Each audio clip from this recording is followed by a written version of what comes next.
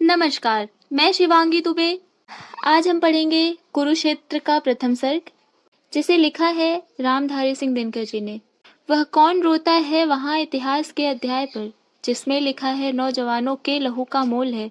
प्रत्यय किसी बूढ़े कुटिल नीतिज्ञ के व्यवहार का, जिसका हृदय उतना मलिन जितना कि शीर्ष विलक्ष्य है। जो आप तो लड़ता नहीं कटवा किशोरों को, मगर आश्वस्त होकर सोचता सोड़ित बहा लेकिन गई बचलास सारे देश की। और तब सम्मान के जाते गिने, नाम उनके देश मुख की लालिमा है बची जिनके लुटे सिंदूर से, देश की इज्जत बचाने के लिए या चढ़ा जिनने दिए निज लाल हैं। ईश जाने देश का लज्जा विषय, तत्व है कोई कि केवल आवरण। उस हलाहल सी कुटिल दोहाग्नि का, जो कि जलती आ रही चिरकाल से। स्वार्थ लोलुप सभ्यता के अग्रणी, नायकों के पेट में जठराग्नि से। विश्व मानव के हृदय निर्द्वेष में, मूल हो सकता नहीं दोहाग्नि का। चाहता लड़ना नहीं समुदाय है, फैलती लपटे विशैली व्यक्तियों की सांस से। हर युद्ध से पहले द्विधा लड़ती उबलते क्रोध से, हर युद्ध से पहले मनुज है सोचता क्या शस्त्र ही। उपचार एक अमोघ है, अन्याय का, अपकर्ष का, विष का, गरल में द्रोह का।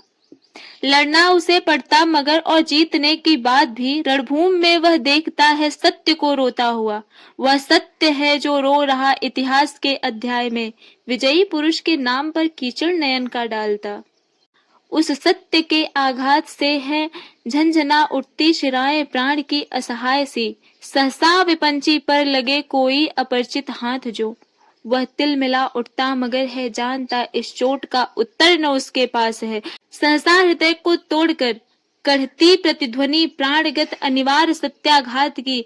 नरका बहाया रक्त है भगवान मैंने क्या किया, लेकिन मनुष्य के प्राण शायद पत्थरों के है बने। इस दंश का दुख भूल कर होता समर आरूढ़, फिर मारता मरता विजय पाकर बहाता अश्रु है। यों ही बहुत पहले कभी कुरुक्षेत्र में नरमेघ की लीला हुई, जब पूर्ण थी पीकर लहू जब आदमी के वक्ष का। वज्रांग पांडव भीम का मन हो चुका परेशांत था, और जब व्रत मुक्त केशी द्रौपदी मानवी अथवा ज्वलित जागृत शिखा प्रतिशोध की। दांत अपने पीस अंतिम क्रोध से, आदमी के गर्म लोहू से चुपड़ रक्त वेड़ी कर चुकी थी केश की। केस जो 13 बरस से थे खुले, और जब पविकाय पांडव भीम ने द्रोण सुत के शीश की मणि छीन कर हाथ में रख दी प्रिया के, मग्न हो 5 नन्हे बालकों के मूल्य से। कौरवों का श्राद्ध करने के लिए या कि रोने को चिता के सामने, शेष जब था रह गया कोई नहीं, एक वृद्धा एक अंधे के सिवा।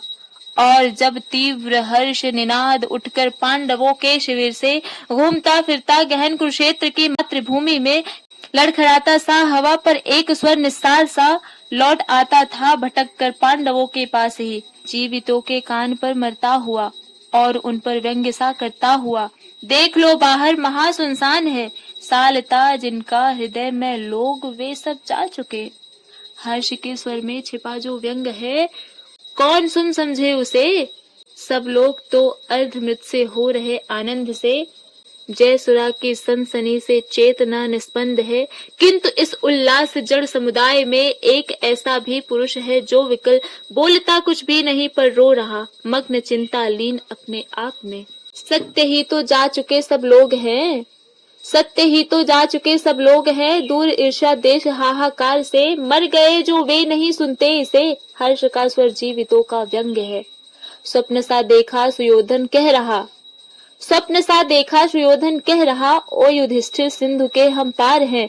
तुम चिढ़ाने के लिए जो कुछ कहो, किंतु कोई बात हम सुनते नहीं। हम वहां पर हैं महाभारत जहां, दिखता है स्वप्न अंतः शून्य सा। जो घटित सा तो कभी लगता, मगर अर्थ जिसका अब न कोई याद है। आ गए हम पार तुम उस पार हो, यह पराजय या कि जय किसकी हुई। व्यंग्य पश्चाताप अंतर्दाह का, अब विजय उपहार भोगो चैन से।